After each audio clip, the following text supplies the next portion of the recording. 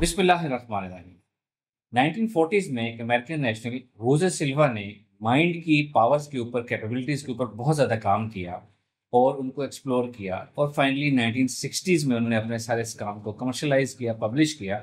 उनका इस पे बहुत ज़्यादा काम है। मेनली उनका काम जो जाना पहचाना जाता है सिल्वा माइंड कंट्रोल या सिल्वा अल्ट्रा माइंड के नाम से जाना जाता है। माइंड कंट्रोल जो है वो माइंड साइंसेस के तमाम उलूम की बेसिक है और उसका दिल है। जब अपना माइंड कंट्रोल सीख लिया तो उसकी एप्लीकेशंस को रन करना या उसका इस्तेमाल करना बहुत आसान हो जाता है। होजे सिल्वा के बाद उनका काम जो है सिल्वा इंटरनेशनल ऑर्गेनाइजेशन लुक आफ्टर करती है। इनके सिल्वा अल्ट्रा माइंड कंट्रोल जो कोर्स है इसकी कॉपीराइट्स हैं, उसकी रिजर्वेशंस हैं। इस कोर्स को उन्हीं के बताए हुए तरीके से आगे चलाया जाता है और सिखाया जाता है।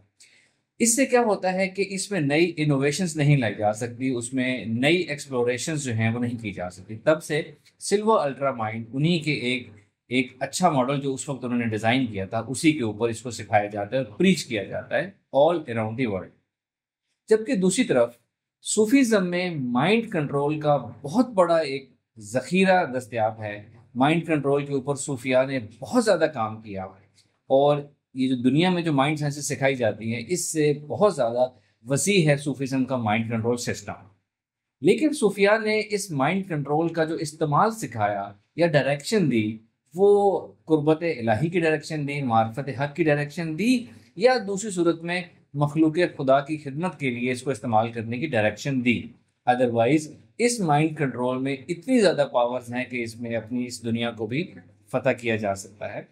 जैसा कि मैं पहले भी कहता हूँ, अल्लामा इकबाल रहमतुल्लाह अलैह का शेर है कि अपने मन में डूबकर पा जा सुराग जिंदगी, मेरा नहीं बनता ना बन अपना तो बन।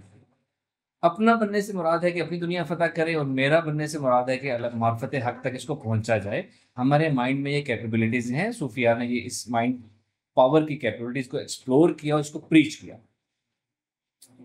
मैं कुछ आपको एग्जांपल्स देता हूँ। हुसैन बिन मंसूर हिलाज एक बहुत बड़े सूफी बुजुर्ग गुजरे हैं। बहुत से उस्तादों से आपने रूहानियत सीखी। आपके एक उस्ताद थे हज़रत जुनैद बगदादी रहमतुल्लाह अलैह। जुनैद बगदादी एक म्याना रवी शख्सियत के मालिक थे। वो सूफीज़म में भी म्याना रवी इख्तियार करने को तरजीह देते थे और इसकी तालीम देते थे। जबकि हुसैन बिन मंसूर हिलाज एक ऐसे बुजुर्ग गुजरे हैं जिनके अंदर रूहानियत को बहुत तेज़ी से और ज़्यादा स्पीड से और ज़्यादा सीखने की सलाहियत मौजूद थी। कहा जाता है कि उनके अंदर रूहानियत इस दर्जे की मौजूद थी कि जैसे एक खुश्क लकड़ी को आग पकड़ती है, इस तरह वो तेजी से रूहानियत सीखते थे। तो जितना अरसा वो अपने मुर्शिद जुनैद बगदादी रहमतुल्लाह के पास रहे, मुजाहिदे करते रहे, माइंड कंट्रोल करते रहे। एक वाक़या आता है कि एक दफ़ा हज़रत जुनैद बगदादी उनके हुजरा में, जहाँ वो इबादत चिल्ला माइंड कंट्रोल किया करते थे, वहाँ तशरीफ़ लाए और उन्होंने उनका हाल चाल पूछा कि आप माइंड कंट्रोल के किस लेवल पे हैं, कैसी आपके मुजाहिदात चल रहे हैं। तो उन्होंने दो छोटी सी बातें की जो हमें तारीख में मिलती हैं लिखी हुई।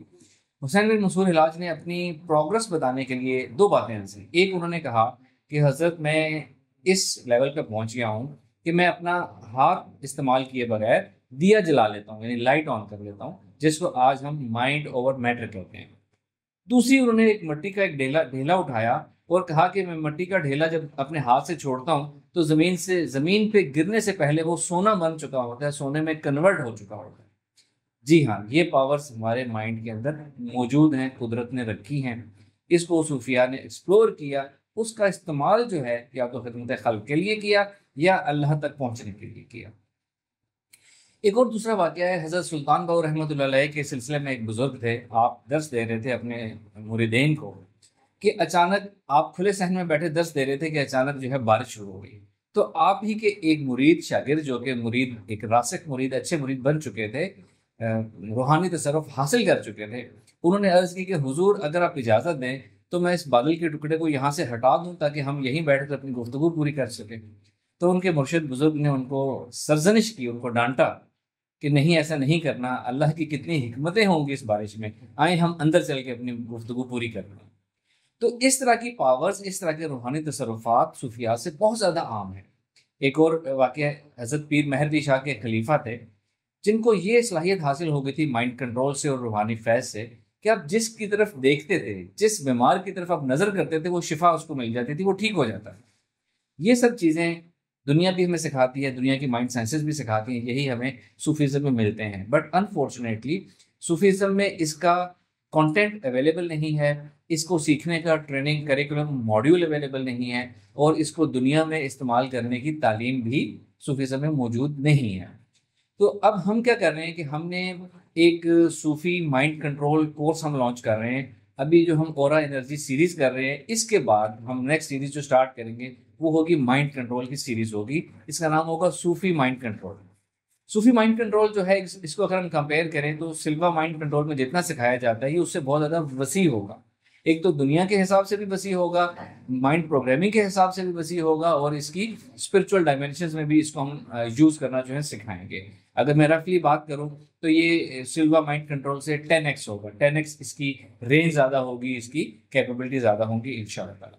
ये कोर्स इसी तरह जैसे हम सिखा रहे हैं अपनी यूट्यूब वीडियोस पे सिखाते हैं, यूट्यूब वीडियोस पे इसी तरह सिखाया जाएगा।